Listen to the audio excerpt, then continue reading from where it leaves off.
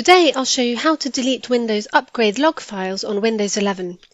These log files are created during major updates and record actions, warnings and errors. If your system is running normally after an update, they can be safely deleted to free up storage space. First, click the Windows icon,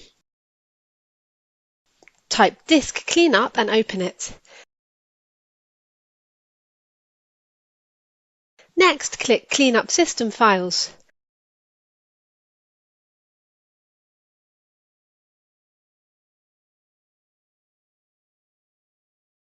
As you can see, Windows upgrade log files can take up space. To delete them, check the box next to it and uncheck any files you don't want to remove. Click OK. It will take a few seconds for the files to be deleted. And that's it. If you have any questions, feel free to leave a comment below the video.